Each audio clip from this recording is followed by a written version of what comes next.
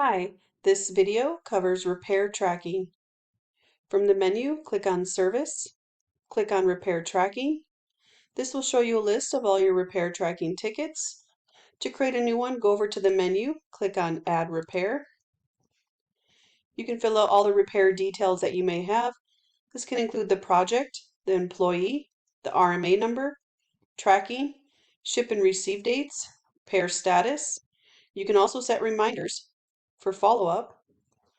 You can fill out the description along with any internal notes if you have those. Once complete, click on Save.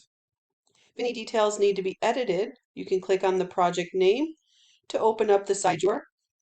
This drawer will allow you to edit any of the details. Thank you for watching Repair Tracking.